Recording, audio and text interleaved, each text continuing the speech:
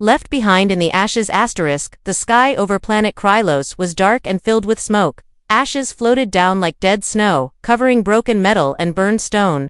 The war had ended just hours ago, but the land still smelled like fire and blood. Soldiers had left, ships had vanished into orbit, and the battlefield was quiet, but not empty. Beneath a collapsed tower, something moved slowly, weakly. A hand pushed through the rubble, shaking and covered in blood.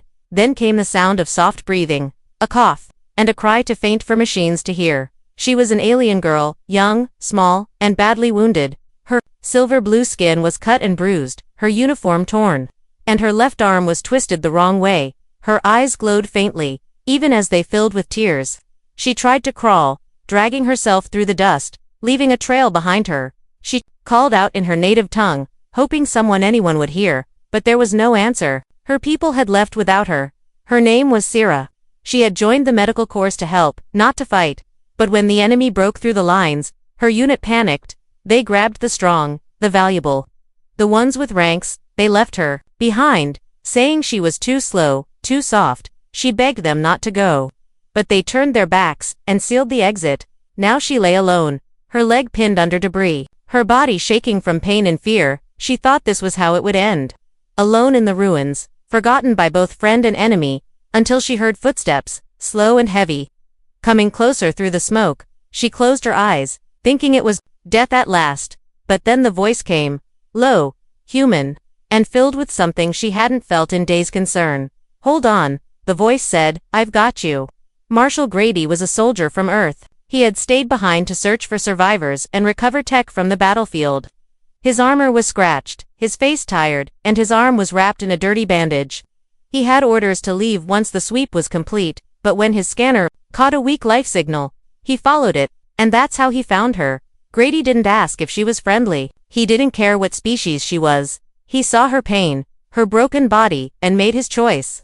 He knelt beside her, brushing ash off her face. She flinched at first, but he didn't hurt her. He pulled out a field injector and gave her a pain blocker. Then, with a grunt, he lifted the broken beam from her leg and pulled her out. She cried softly, not from pain, but from disbelief. Why? She asked in broken English. Grady looked at her, then looked around at the ruins. No one deserves to be left like this, he said, not even enemies. He wrapped her leg, tied a sling around her shoulder, and lifted her into his arms. She was light, far too light for someone still alive.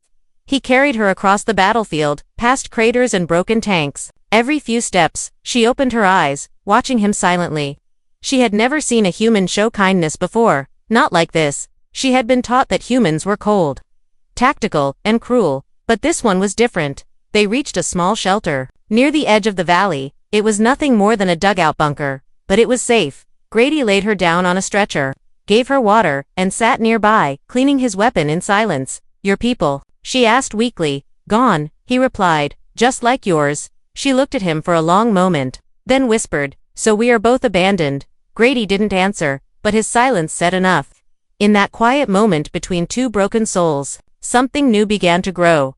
Not trust, not yet, but the seed of it.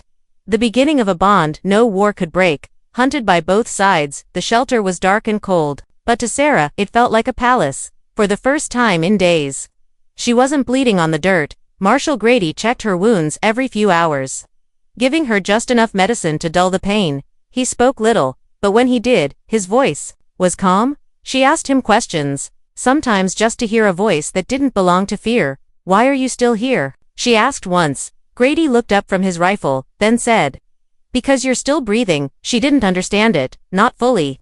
Her people had abandoned her, called her weak, and labeled her expendable. The humans had always been enemies, weapons, orders, but this human had saved her, fed her, and treated her like she mattered. Still, peace was a dream neither side wanted. And soon, both armies would realize she had survived. Sira wasn't just a medical worker. She had seen something, during the war, something buried deep in command files.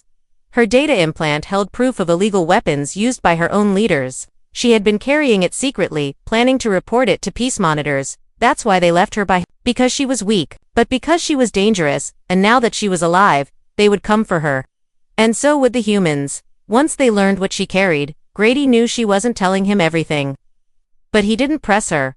Not yet. He reinforced the bunker, covered the roof with ash and branches to hide the heat signature. He set up traps and motion sensors around the ridge. Each night, he heard distant engines humming low through the sky, and each morning, he told her, "We've got one more day." One day turned into 2, then 3. Sierra started to walk again. Slowly, leaning on a broken pipe as a cane, she helped Grady filter water and check for supplies in the wreckage nearby.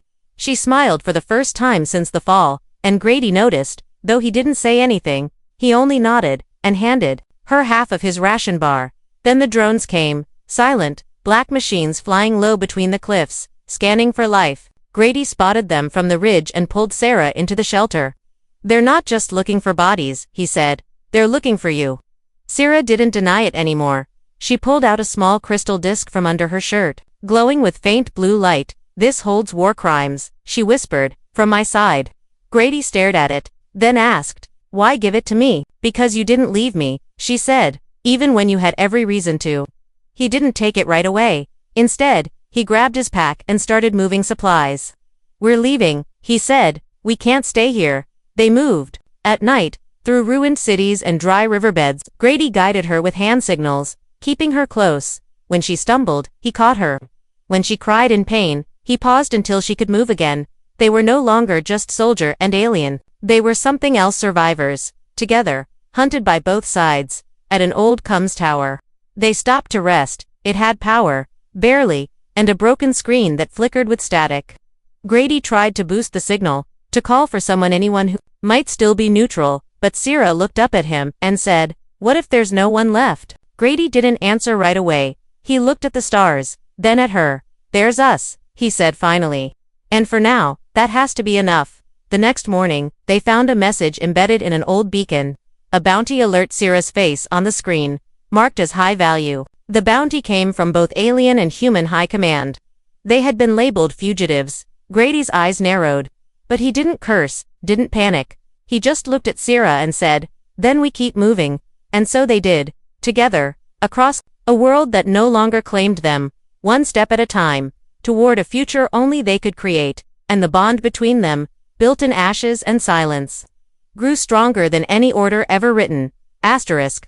The choice that changed everything. The desert beyond the ruined city was wide, hot, and silent. Sandstorms swept across the horizon, hiding satellites and drone eyes from the sky. Marshal Grady and Sierra traveled on foot, hiding by day and moving. At night, their food was low, and the battery on their scanner was dying. But Sierra never complained, and Grady never stopped. They both knew the end was coming, soon one way or another. They had almost reached the edge of the neutral zone. Past that zone was a peace station, small, but independent. If they could get there, they could send the data to every known system at once. It would expose the war crimes from Sierra's side, and possibly from Grady's too. They would be hunted forever, but maybe the war would end, maybe lives would be saved. But getting there wasn't simple. As they crossed the final ridge, Grady saw them, dozens of armored units, both alien and human, waiting at the border, watching, blocking the only safe path to the station. They had been tracking them both, and now the trap was closed. Sierra gripped his sleeve, her hands cold and shaking. "This is my fault," she said softly. "You can still run." Grady shook his head. "I didn't come all this way to leave now," he said. "You're not alone." They waited until nightfall. Then, under cover of a false sandstorm, they slipped closer to the line. The peace station's tower blinked in the distance, a single light in a field of darkness. They had to cross 2 ridges and a dry canyon to reach it. Grady adjusted his rifle, checked the battery in his pistol. "Stay behind me," he said. No matter what, they moved like shadows through the rocks. But the soldiers were ready. A motion sensor beeped, and floodlights exploded across the canyon. "Stop right there," a voice shouted. "Surrender the alien, and you won't be harmed." Sierra froze, but Grady stepped forward. He raised his hands slowly, his voice calm. "She's not a threat," he said. "She's a whistleblower." "What she carries can stop this war." The soldiers didn't listen. A shot rang out, barely missing his foot. Then came the second warning. Sierra took a deep breath and stepped beside him. "If I go with them, they'll kill me quietly," she whispered, "and everything we did will be lost." Grady nodded, then looked up at the loudspeakers. "I'm not giving her up," he shouted. "She has the truth, and the galaxy deserves to hear it." For a moment, no one moved. Then one soldier fired. Grady pushed Sarah behind a rock and returned fire. The canyon lit up with red and blue plasma. Sarah clutched the data crystal, praying it wouldn't break. Grady was fast, skilled, and brave, but they were surrounded. He was hit once in the side. Once in the leg. He dropped to one knee but kept firing. His breath was heavy, armor cracked, hands bleeding. But his eyes never left her. Run, he told her. Reach the station. Sarah hesitated for just a second, then she turned and ran. Bullets flew past her as she sprinted toward the blinking tower. She jumped over debris, slipped through narrow gaps. Her body burned with exhaustion, but she didn't stop. Grady was buying her time with blood and courage. She reached the gate and slammed the crystal into the station's console. It lit up instantly, and a wave of blue light shot into the sky.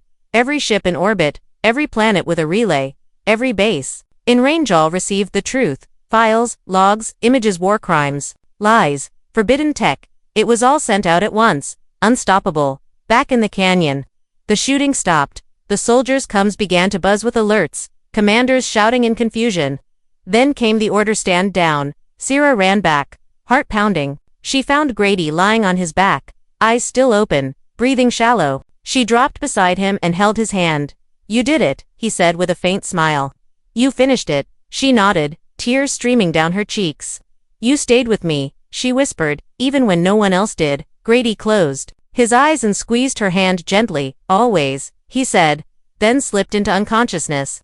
Later, peace envoys arrived. Grady was treated, barely surviving. Sarah was granted asylum, not as a prisoner, but as a hero. Together, they stood in front of cameras and told the story of betrayal, courage, and trust. Grady refused medals. Sarah refused to leave his side, and when the war finally ended, they disappeared from the public eye. But legends grew, of a human soldier who stayed behind when everyone else fled, and an alien girl who changed the stars because he believed in her. They built a small home beyond the neutral zone. No more fighting, no more running, just two souls who had been left behind until they found each other.